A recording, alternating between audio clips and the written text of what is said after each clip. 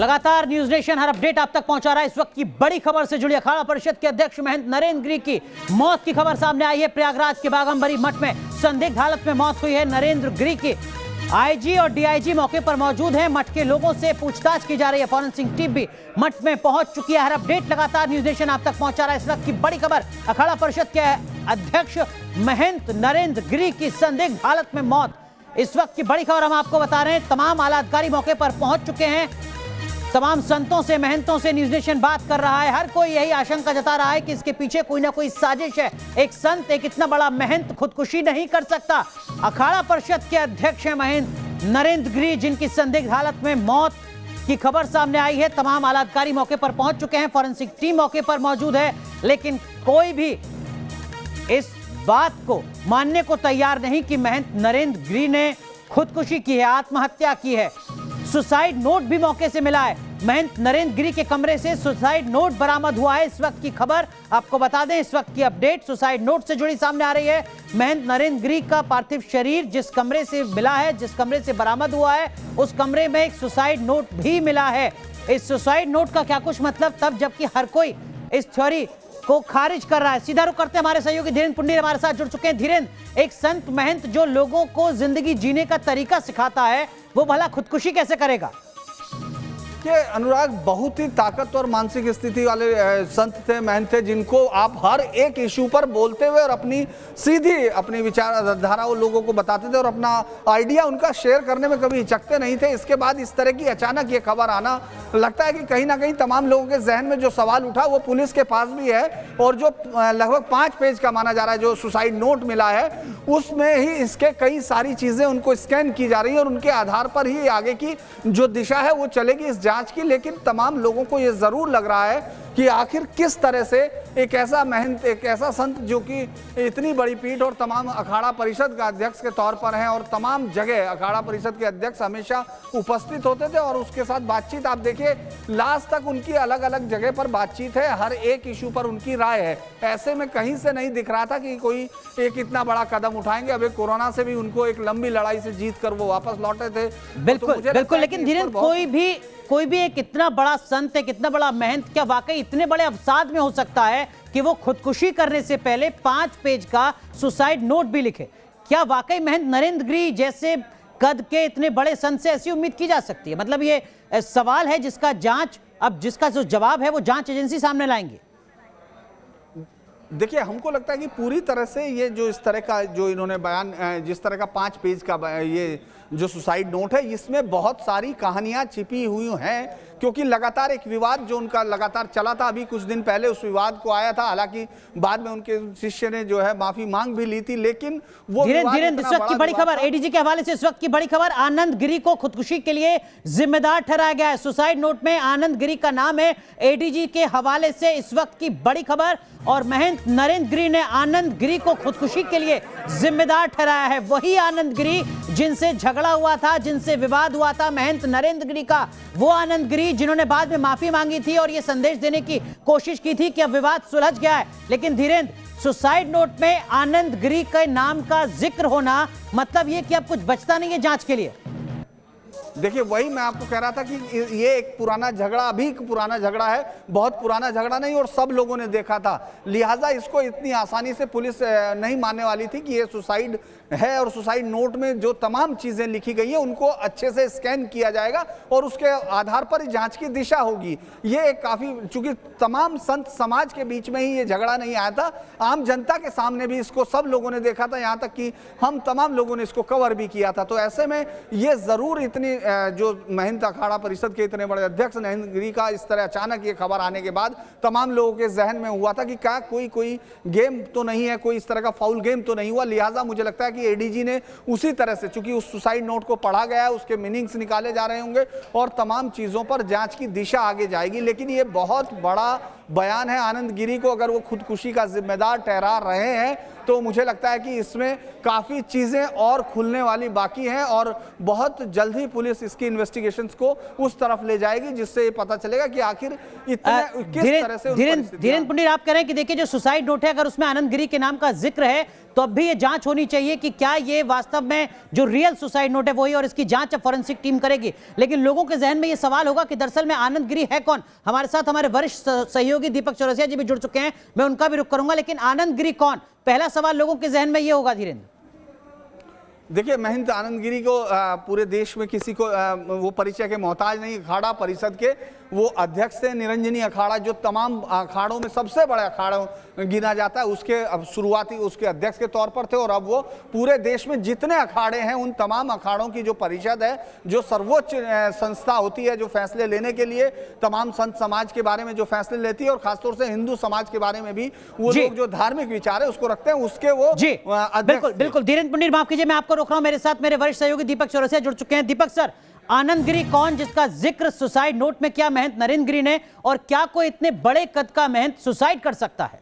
यही सबसे बड़ा सवाल है। नरेंद्र गिरी को मैं व्यक्तिगत तौर पर कई सालों से जानता हूं, कई कुंभ मेलों में मेरी उनसे मुलाकात हो चुकी है, धार्मिक कार्यक्रमों में मुलाकात हो चुकी है। वो बड़े जीवंत व्यक्तित्व थे, साथ ही साथ अंदर से बहुत साहसी थे।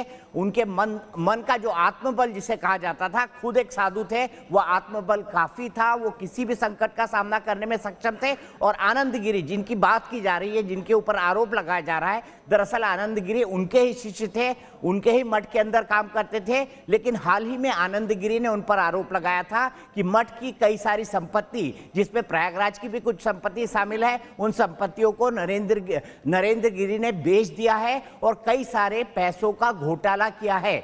आनंद गिरी एक योग गुरु भी हैं, जाने माने योग गुरु हैं, और साथ ही साथ साधु भी हैं, जुड़े हुए थे नरेंद्र गिरी से, नरेंद्र गिरी के ही चेले थे।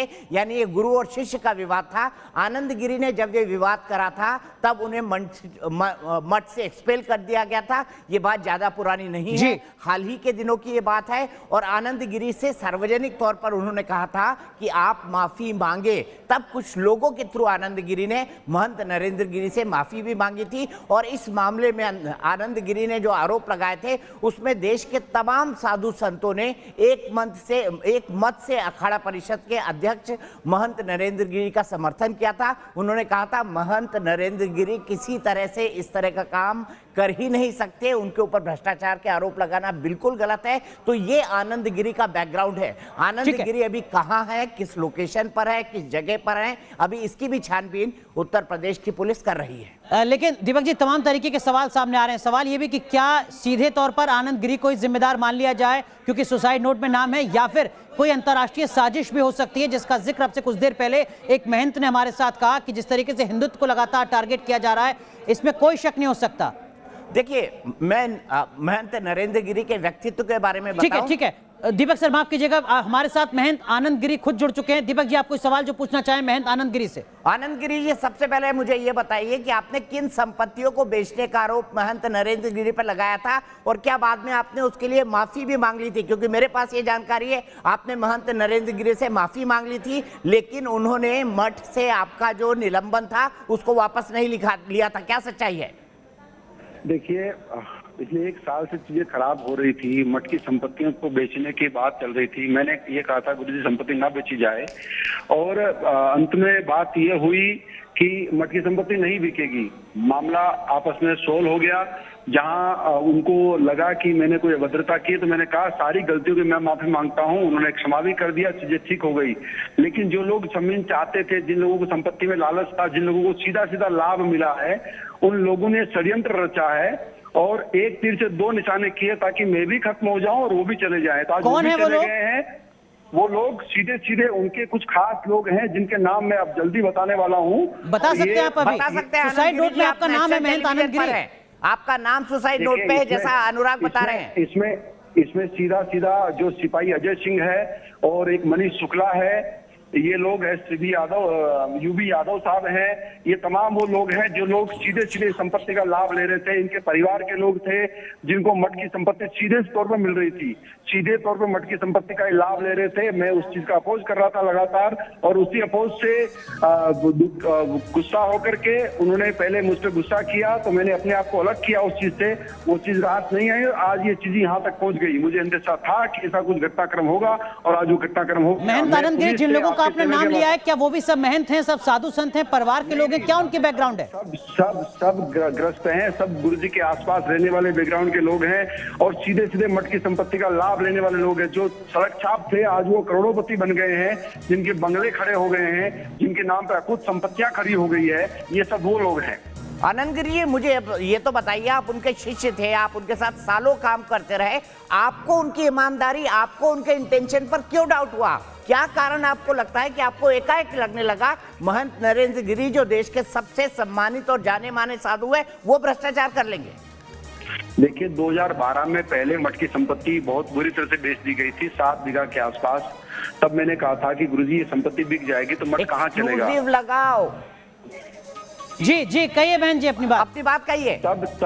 तब जाकर के उन्होंने इस चीज को स्वीकार किया और बाद में बाकी संपत्ति को उन्होंने रिकॉर्ड कर लिया कि उसको नहीं बेची जाएगी। लेकिन जो लोग इनको प्रताड़ित कर रहे थे, इनका शोषण कर रहे थे, उन लोगों ने उनको इतना दबाया कि संपत्ति भी बेची गई और हम दोनों गुरु शिष्यों के बीच में भी दरार डालने की पूरी कोशिश की, जिसमें वो कामयाब हुए। और वही कारण है कि आज इस स्थिति पे मामला पहुंचा। मैं आपके माध्यम से दीपक जी चाहूंगा कि प्रदेश सरकार खुल करके इसमें अपनी भूमिका निभाए और निष्पक्ष जांच हो। इसमें निष्पक्ष जांच होना बहुत अनिवार्य है। अगर मैं दोषी हूं तो मैं जेल नहीं, जहां चाहो वहां फांसी चढ़ने को तैयार हूं, लेकिन अगर मैं दोषी नहीं हूं तो जो दोषी है उन पे सीधे तौर पर इन पे उनके पर ये तय होना चाहिए कि उनकी जिम्मेदारी तय होनी चाहिए। आनंद गिरी जी, इसका मतलब है कि सुसाइड नोट गलत है, फर्जी है?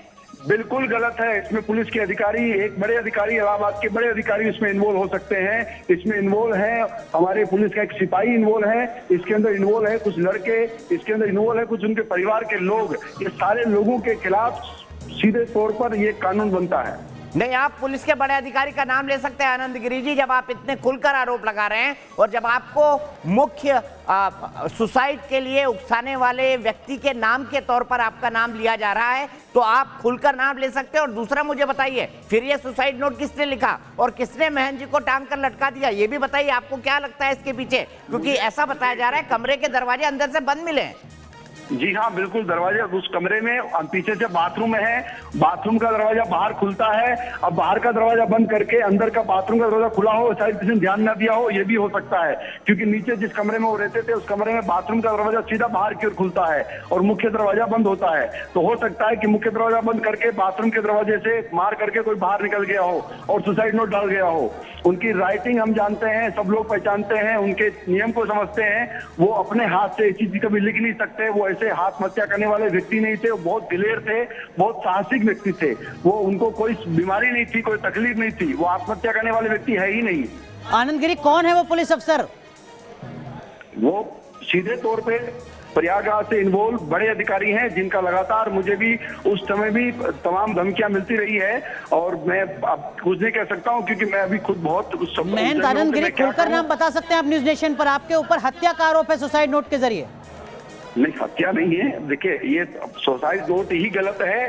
ये पूरी की पूरी षड्यंत्र साजिश है। इसमें निष्पक्ष जांच हो। आईजी केपी सिंह इसमें इन्वॉल्व है सीधे तौर पे। ठीक है, आपने लिया, आईजी का नाम लिया। आप मुझे ये बताइए कि अगर उन्होंने खुदकुशी नहीं की, जैसा आप कह रहे हैं कि वो खुदकुशी कर ही नहीं सकते, तो इसका मतलब उनकी हत्या हुई है क्या? महंत आनंद गिरी आरोप लगा रहे हैं कि महंत नरेंद्र गिरी की हत्या कर दी गई है उनके ही आश्रम में, उनके ही कमरे में, दरवाजे की कुंडियों को बंद करके? जी हाँ, बताइए आनंद गिरी जी, बताइए।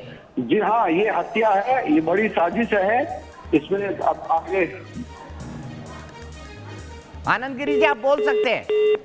चलिए, लगता है कि संपर्क आनंद गिरी से टूट चुका है। लेकिन दीपक जी, कई अहम बातें न्यूज नेशन पर एक्सक्लूसिव महंत आनंद गिरी, जिनका जिक्र सुसाइड नोट में किया गया है, जो शिष्य रहे महंत नरेंद्र गिरी के, उन्होंने कही है, उन्होंने कहा है कि मैं पूरी तरीके से निर्दोष हूं। दीपक सर, पहला रिएक्शन महंत आनंद गिरी को सुनने के बाद? महंत आनंद गिरी को सुनने के बाद ऐसा लगता है कि सबसे पहली बात वो ये कह रहे हैं कि उनका और महंत नरेंद्र गिरी का विवाद खत्म हो चुका था, क्योंकि उन्होंने जाकर उनसे क्षमा याचना कर ली थी। दूसरा, उनका कहना है कि वो आत्महत्या कर ही नहीं सकते। उन्होंने साफ साफ आरोप लगाया है, मैं फिर कह रहा हूं अनुराग, साफ साफ आरोप लगाया है कि उनकी हत्या हुई है, उनको टांग कर लटका दिया गया है। यानी सुसाइड नोट में जिस महंत आनंद गिरी का नाम है, वो न्यूज नेशन पर ये एक्सक्लूसिव बातचीत में आरोप लगा रहा है कि महंत नरेंद्र गिरी को मारकर, टांगकर लटका दिया गया है। उनका जो विवाद था वो मठ की संपत्तियों को लेकर था। उन्होंने 2 व्यक्तियों के नाम लिए हैं, दोनों गृहस्थ हैं, जिसमें से एक सिपाही है, एक उनके नजदीकी का व्यक्ति है, कुछ लोग उनके परिवार के शामिल हैं और पुलिस का एक बड़ा अधिकारी शामिल है। अनुराग, यहाँ पर यह भी कहा है आनंद गिरी ने कि जब वे विवाद चल रहा था तब उन्हें भी धमकियां दी गई। तो अब यह मामला एक बिल्कुल नया मोड़ ले रहा है, क्योंकि सुसाइड नोट जिसके बारे में कहा जा रहा था उसमें आनंद गिरी का नाम है। आनंद गिरी कह रहे हैं कि इसकी पूरी जांच हो, महंत जी की हैंडराइटिंग को हम जानते हैं, इसकी फोरेंसिक जांच हो, दूध का दूध पानी का पानी हो। और आखिरी लाइन में कहना चाहूंगा, उन्होंने यहां तक कहा कि अगर मेरी गलती है तो आप जो चाहें मुझे सजा दे दे। और बोलने में ये कहने में काफी सहजता शुरुआती तौर पर कॉन्फिडेंस झलक रहा मुझे। ठीक है, मानवेंद्र का रुख करते हैं जो इस वक्त प्रयागराज में है, उस मठ के बाहर। मानवेंद्र, महंत आनंद गिरी को इस वक्त पूरे देश ने सुना, न्यूज नेशन पर एक्सक्लूसिव बात की। उन्होंने कहा कि मेरा कोई लेना देना नहीं है इस मौत से। क्या कुछ हलचल वहां नजर आ रही है? पुलिस की टीम पहुंच चुकी है, फॉरेंसिक टीम ने काम करना शुरू कर दिया है।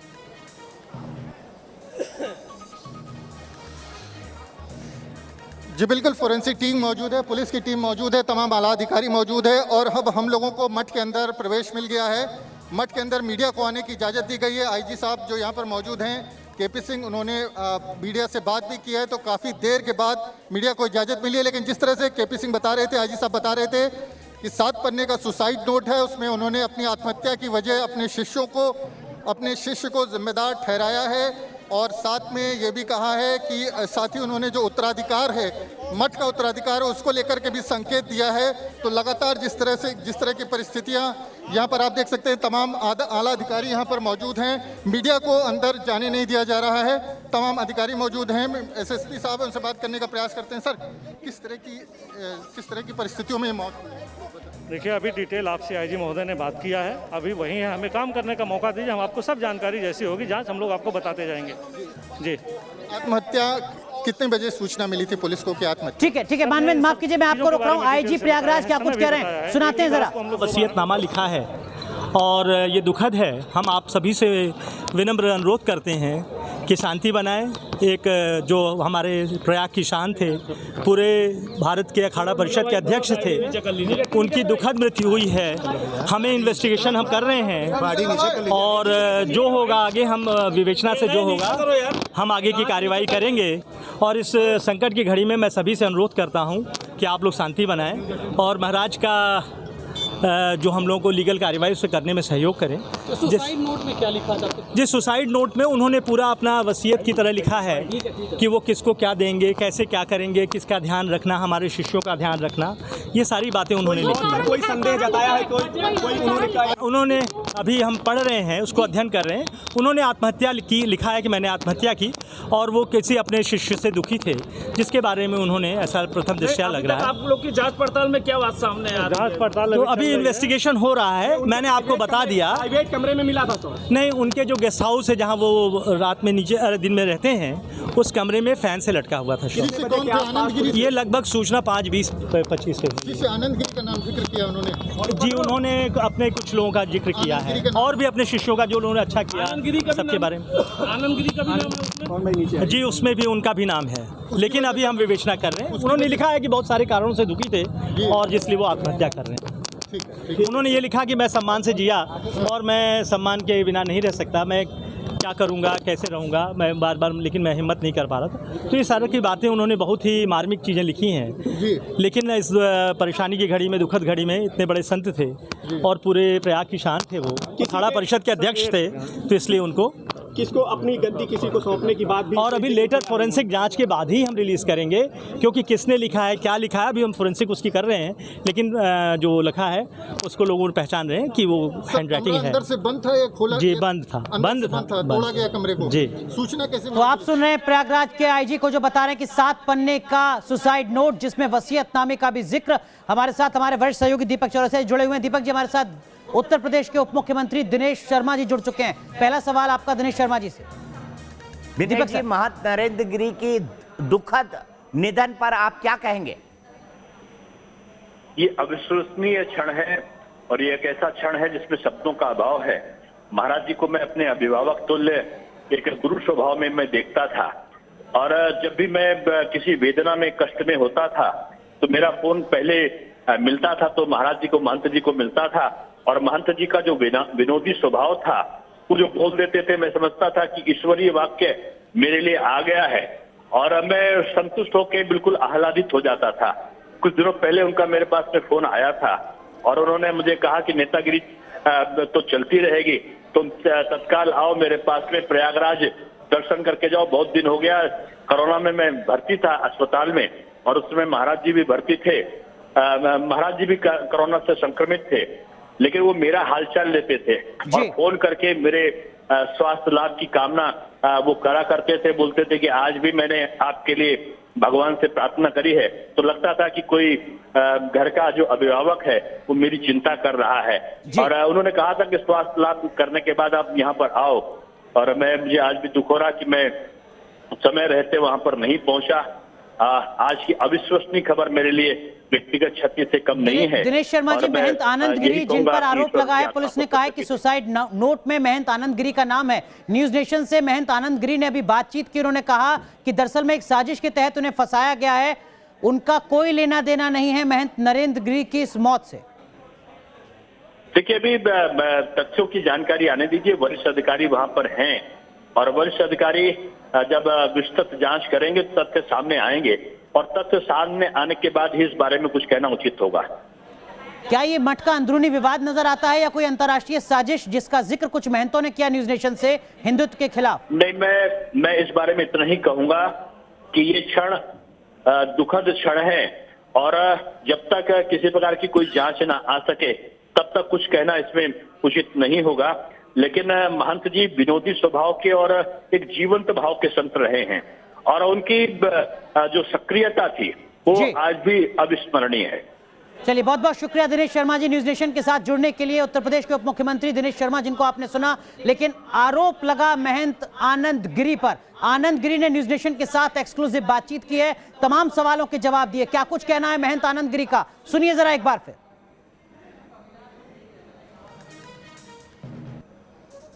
तो तमाम सवाल थे जिनका जवाब महंत आनंद गिरी ने दिया है। उन्होंने कहा है कि उनका इस मौत से कोई लेना देना नहीं है, उनको साजिश के तहत फंसाया गया है। न्यूज नेशन से खास बातचीत के दौरान हर अपडेट न्यूज नेशन लगातार आप तक पहुंचाता रहेगा। एक छोटा सा ब्रेक, तुरंत हाजिर होते हैं।